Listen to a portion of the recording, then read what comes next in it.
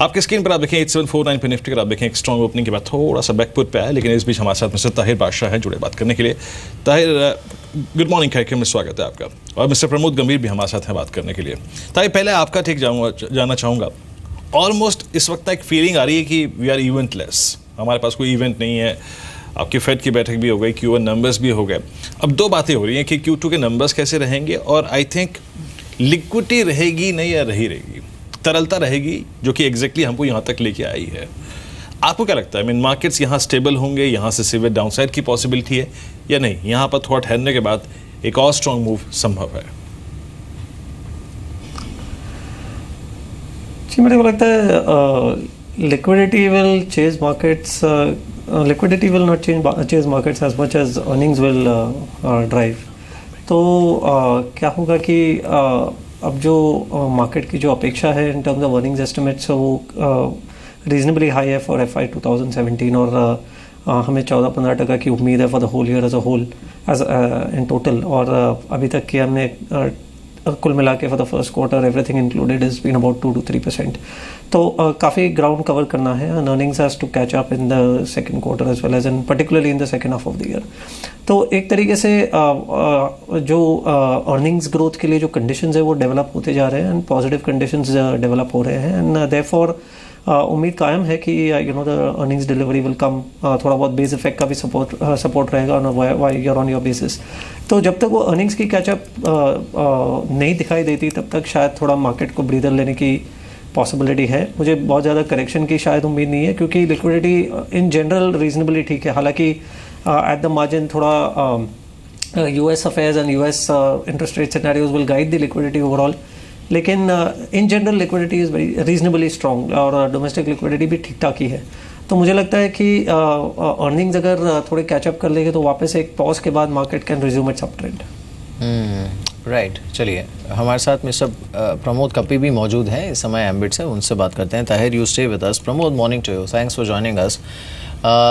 Just carrying forward जो वीरेंद्र ने भी बात कही थी कि थोड़ा सा ट्रिगरलेस तो है मार्केट, एंड आई थिंक थोड़ा इन लेवल्स पे आके टॉप हेवी भी फील कर रहा था। अगर आप FNO में भी जिस तरह से स्टॉक्स बैन हो रहे हैं, वो लिस्ट जिस तरह से लंबी होती जा रही है, somewhere it indicates little bit of over heating, not excessive but little bit. And on top of that primary market में बिकॉज एक के बाद एक इतना पेपर सप्लाई हो रहा है, सो आई थिंक थोड़ी बहुत लिक्विडिटी वहाँ भी डाइवर्ट हो रही है। आपकी स्ट्रैटेजी ऐसे में क्या है मार्केट पर? No, we've always been a bit more discerning about the broader market.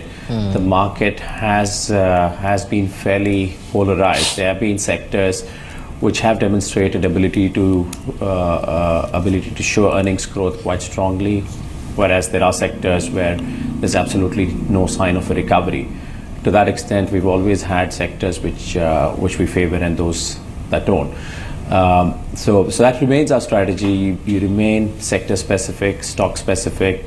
There's still interesting ideas in the mid cap space, exposed to some strong trends, particularly in the areas of consumption and private sector financials, which show promise. So it'll always be more bottom up and selective. To that extent, we remain positive on those sectors and not necessarily look at the market or the economy with the same brush. Pramod ji, आपने जो बात कही ना, I think आप index पे definitely शायद कुछ ना कहते हुए आप स्टॉक स्पेसिफिक थे, आप इंडेक्स स्पेसिफिक थे और सेक्टर स्पेसिफिक थे। माफ कीजिए, इंडेक्स स्पेसिफिक नहीं थे, आप स्टॉक स्पेसिफिक थे और सेक्टर स्पेसिफिक थे। आपने एक और बात कही कि मिड कैप में बड़े इंटरेस्टिंग आइडियाज़ लग रहे हैं। सर, मिड कैप में एग्जैक्टली वो स्पेस जहाँ पे आपको अर्निंग विजिबिलिटीज़ के साथ साथ रिस्क रिवॉर्ड रेशो अच्छा लग रहा हो। प्रमोद जी, इस पर आपकी राय क्या है? Yeah, I think earnings visibility, you still can find some ideas. Risk reward, if you talk valuation, I would tend to agree. It's looking a bit toppy. But given the liquidity that you discussed earlier, get toppy anyways. So unless and until you have a view that liquidity is going to dry up from the market, I won't break my head about worrying about when that liquidity goes and valuations revert to mean. To that extent, I think you need to accept that valuations will remain punchy. However, focus on areas where there is visibility of earnings growth. And like I said earlier, consumption, both staples, discretionary, automobiles, perhaps even private sector financials, where the public sector banks have left an open space to gain market share for both private sector banks and NBFCs. These are sectors where you can see some earnings growth potential ji that can justify the valuations which are already looking toppy.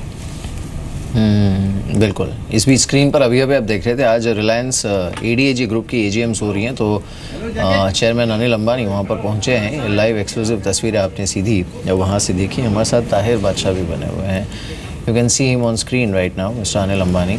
तो ये सीधी live and exclusive तस्वीर, उनके साथ उनके बेटे और उनकी पत्नी भी हैं टीना अंबानी, और साथ ही उनके बेटे। उन्होंने हाल ही में इनफैक्ट पिछले करीब 1 साल पहले रिलायंस कैपिटल को भी ज्वाइन किया था। तो इस समय ये सीधे दृश्य आप वहाँ से देख रहे हैं।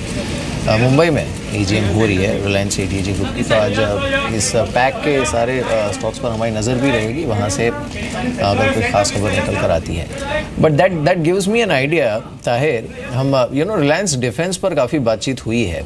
ये जो डिफेंस का स्पेस है ताहिर, उस पर आपका व्यू क्या है इस समय? Because let's be little realistic, यहाँ पर ऐसा है नहीं कि ओवरनाइट सभी कंपनी को ऑर्डर मिल जाएंगे, और अगर मिलते भी हैं वो एग्जीक्यूट होना, फिर पैसा आना, इन सब में टाइम भी अच्छा खासा लगता है। इस स्पेस पर आपका व्यू क्या है? सो बहुत स्ट्रॉन्ग व्यूज़ नहीं है ये सेक्टर पे। Basically we don't even have any exposure in the portfolio, जैसे आपको पता है। बट एक आध दो चीज़ आपने कही वो बिल्कुल सही है। एक तो ये है कि एडवांटेज ये सेक्टर का क्लियरली है कि कंपनीज़ को they have to go through the licensing route, और वो एक बहुत ही बड़ा प्रोलॉन्ग रूट होता है। और उसके लिए अगर आपको if you have been able to create overcome that hurdle, तो आपके लिए एक कंपिटिटिव एडवांटेज हो जाता है, and that is something which not many companies enjoy. तो उस तरह से एक entry barrier, high entry barrier की सिचुएशन बन जाती है इस सेक्टर के अंदर। एंड अगर आप ऑर्डर्स एक्यूमुलेट कर सकते हो and you and the relevant segments जहाँ पे you not only dictated by the terms of the buyer, तो आपके लिए एक इंटरेस्टिंग अपॉर्चुनिटी बन सकती है। और दूसरी बात यह है कि as you also rightly pointed out, negative ये है कि जो इन द नियर फ्यूचर और may be in the medium term also, आप जितना देख सकते हो, largely this sector will have mainly one client which will be the government.